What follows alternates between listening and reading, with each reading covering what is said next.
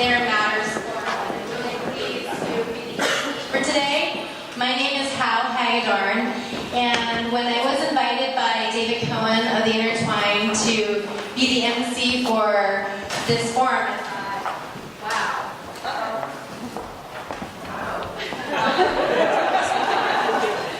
Of course the mic isn't working now. Check on it.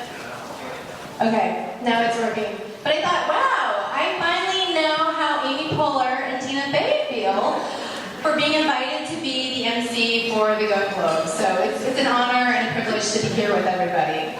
A little bit about myself. I'm the research program manager with the Transportation Research and Education Center here at Portland State University, which you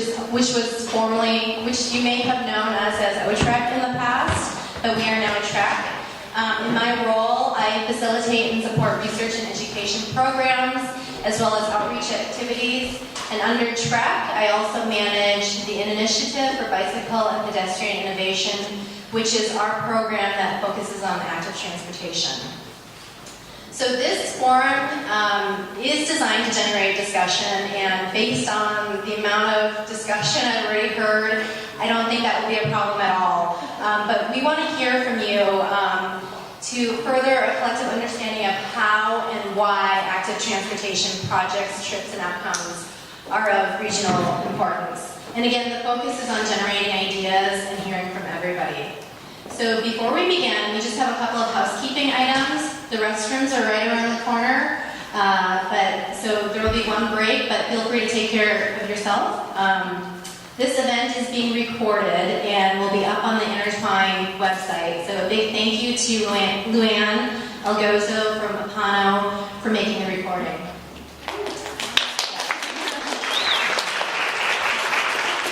We also have here today Craig Beatty from Metro, who will be capturing the themes for our discussion.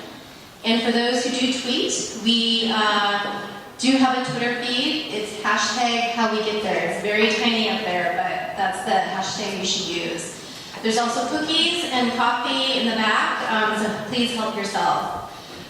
So with that, I'd like Mike Wetter, from the Executive Director of the Intertwine Alliance, to make some introductory remarks.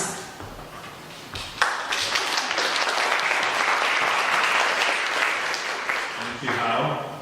So I was feeling really righteous riding my bike up here today, and then I almost hit somebody in a crosswalk. And to make it worse, I was right out here. He's actually here at the forum today. He would have had 99 people instead of 100 if I would have gone a little faster, so I'm really sorry about that. Bike and pedestrian safety. So I'm going to tell you, go back a little ways here and tell a story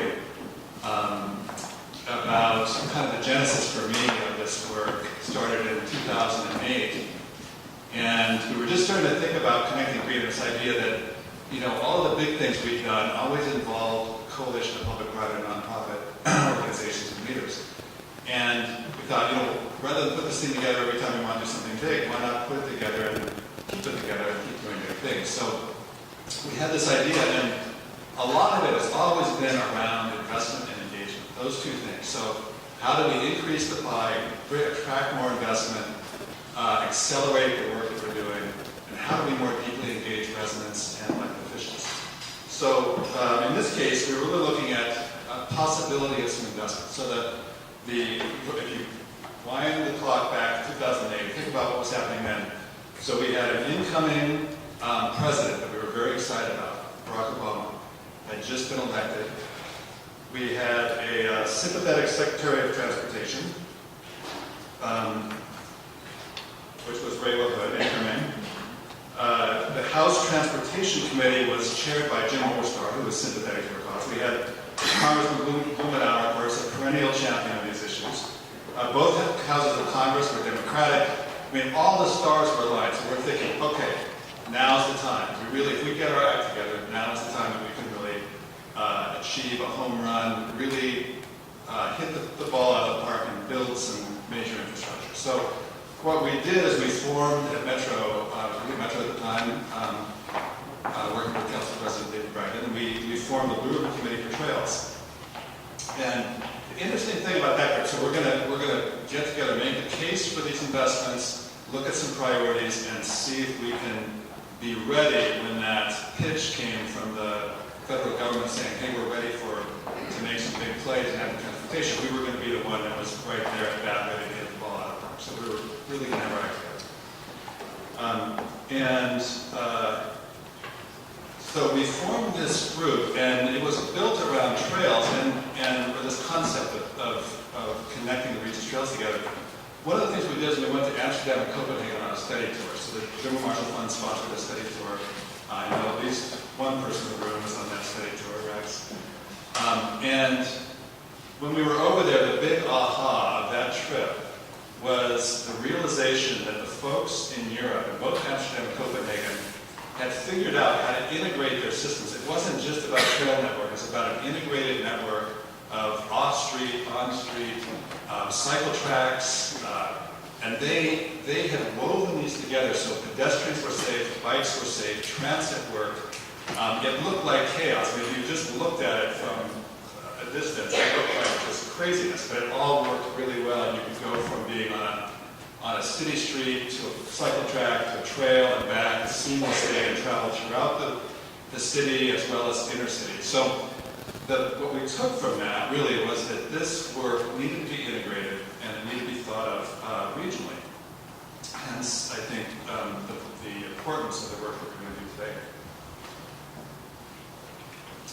So, during that time, we produced a case for active transportation. I just ran across this a couple days ago again. It's really very relevant, I think, today, just as relevant as it was then. It's a nice piece, and I've got a few of them with me that I can pass them around if anybody wants to see it. But this was produced in early 2009. I just want to read one quote, because I think it really sets the stage well. It says, "We must recognize that we are on the cusp of a new wave of transportation policy. The infrastructure challenge of President Eisenhower's 1950s was to build out our nation and connect within. For Senator Moynihan and his colleagues in the 1980s and 1990s, it was to modernize the program and better connect roads, transit, rail, air, and other modes. Today, the challenge is to take transportation out of the box in order to ensure the health, vitality, and sustainability of our metropolitan areas." That was Robert Quintas at Brookings Institution. So, I thought that was very appropriate for today. And again, if anybody would like to see a copy of this, I think it's a really good piece of work, makes the case for these investments. So I just want to close by saying that I think it's enormously important that we get people in the room and keep talking. That there are a number of things that I appreciate. Kari gave me a set of talking points and listed a set of things that you all have accomplished over the last few years, even in an environment that's been fairly challenging. We need to keep getting in the room and talking about priorities. In many ways, my experience as executive director of the Bitcoin Alliance is that it doesn't even really matter what you're talking about. It really just matters that you talk, that you're in the room talking about what's next, talking about what the next set of priorities are. I'm going to close with a much overused quote by Margaret Mead. It says, "Never doubt that a small group of thoughtful, committed citizens can change the world. Indeed, is the only thing that ever has." So, have a great afternoon. Really glad you're here. Good to see everybody. Thank you.